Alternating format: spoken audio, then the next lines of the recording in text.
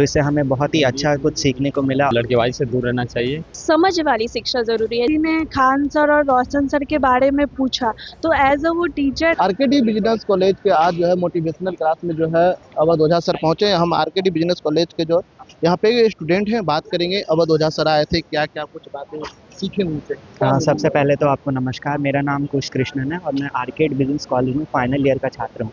तो आज हमारे बीच में देश के सुप्रसिद्ध मोटिवेशन गुरु हम जिनको कह सकते हैं अवध ओझा सर का आगमन हुआ इस हॉल में, और हमें उनसे बहुत कुछ सीखने को मिला।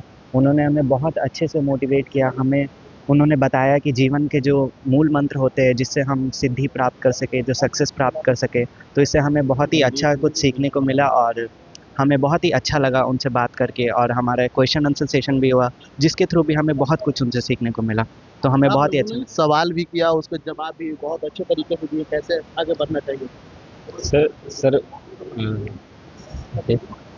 सर बोले हैं कि मेहनत करते रहना चाहिए और बस क्या बोलता है, लड़केबाजी से दूर रहना चाहिए, उसका सारा कुछ हासिल हो सकता है। और सर आए, अवध ओझा है सर आए हुए थे, मोटिवेशनल क्लासें आपको चल रही थी, किस तरह से जो है समझाएं आपको। मुझे उनकी सबसे अच्छी बात ये लगी कि शिक्षा तो ज़रूरी है बट समझ वाली शिक्षा ज़रूरी है, जो कि आजकल हम लोग किताबी लैंग्वेज बस उतना में ही समेट के रह जा रहे हैं, बट वो ज़रूरी नहीं है। समझ वाली शिक्षा ज़रूरी है। उन्होंने चैट जीपीटी की जिक्र किया, 90 के दशक आज के दशक में, ये दोनों में क्या फर्क बताया अलग आपको।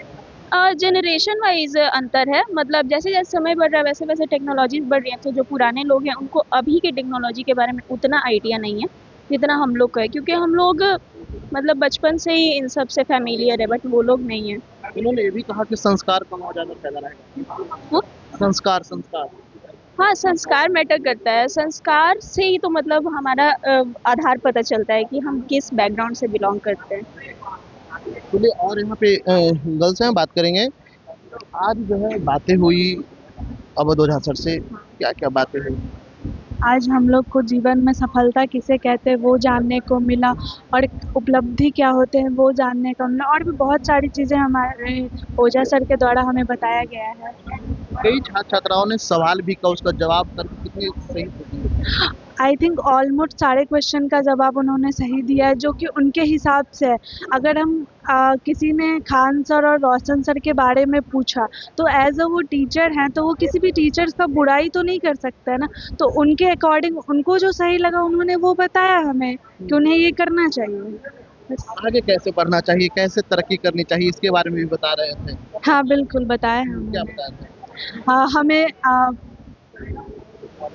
हमें अपने लक्ष्य पे ध्यान देना चाहिए, हमारा गोल क्या है, फिर हमें हमारे अंदर विवेक होना चाहिए, एक टाइम टेबल होना चाहिए कि हमें कब क्या करना, और एक टाइम टेबल सिर्फ एक समय के लिए नहीं बल्कि जब तक हम अपने लक्ष्य को नहीं प्राप्त कर लेते तब तक हमारा टाइम टेबल वही होना चाहिए। उन्होंने ये भी कहा कि अपने लक्ष्य के साथ साथ साथ अपने विश्वास पर खड़ा रहना। हाँ बिल्कुल, अगर हमारे पास कॉन्फिडेंस नहीं है कि हम ये काम कर सकते हैं तो वो काम कभी नहीं हो सकता। किसी भी काम को करने से पहले उस काम के प्रति हमारे पास कॉन्फिडेंस होना चाहिए। उन्होंने कहा कि पैसा के पीछे नहीं भागना चाहिए, पहले विश्वास और निष्ठा के पास, उसके बाद पैसा आते रहेगा।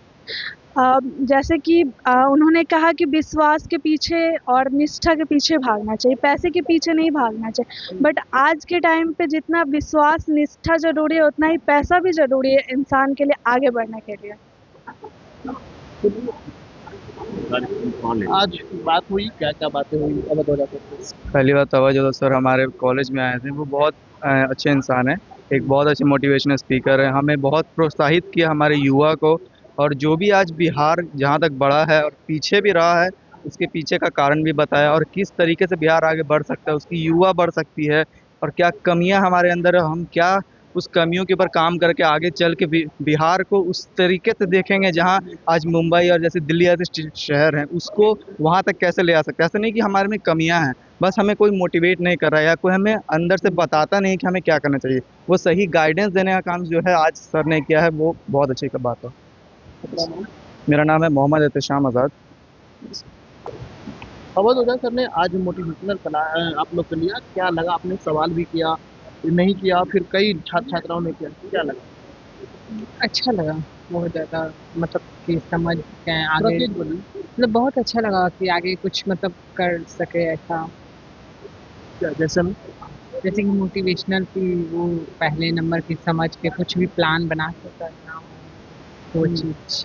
उन्होंने विश्वास पर फोकस करने के लिए तो अपने हाँ, आप को विश्वास अपने आप पे कि वो जो डगमगा रहे थे वो थोड़ा-सा हिम्मत मिला कि नहीं फिर से वो चीज़ हम कर सकते हैं। जैसे कुछ कर रहे थे वो उसमें नर्वस हो गए थे या नहीं कर पा रहे थे, तो अब हिम्मत मिला कि वो चीज़ अब हम कर पाएँगे। आपका नाम लक्ष्मी। आप भी यहाँ पे मौजूद थे, यस। किस तरह से मोटिवेट किए?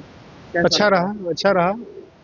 यहाँ का जो शिक्षा व्यवस्था है उस पर उन्होंने प्रकाश डाला है, और जेन जी जनरेशन जो आने वाला है, हम लोग का जनरेशन है, उस पर जो बताए हैं क्रांति होगा, तो वो सब अच्छा है, भविष्य अच्छा दिख रहा है। आपका परिचय? क्या आपका परिचय? आपका नाम? नाम? बसंत कुमार। तो आप आर्किटेक्ट बिजनेस कॉलेज पहले बीसीए किया था और अभी एमसीए फाइनल ईयर में हूँ। चलिए, तो देखिए यहाँ पे तमाम जो आर्किटेक्ट बिजनेस कॉलेज के जो छात्र छात्राएं थे, इन्होंने कहा कि देखिए जिस तरह से मोटिवेट किए हैं, मोटिवेशनल क्लासेस लिए हैं, आज जो पूरी तरह से जो है बहुत अच्छा रहा। इसको लेकर के हम लोग आगे बढ़ेंगे। हम चाहते हैं कि ऐसे ऐसे अगर मोटिवेट होते रहेंगे तो हम लोग कहीं नहीं रुकेंगे, अपनी सफलता को चूम लेंगे। इंशाल्लाह के लिए पटना से बर्जेश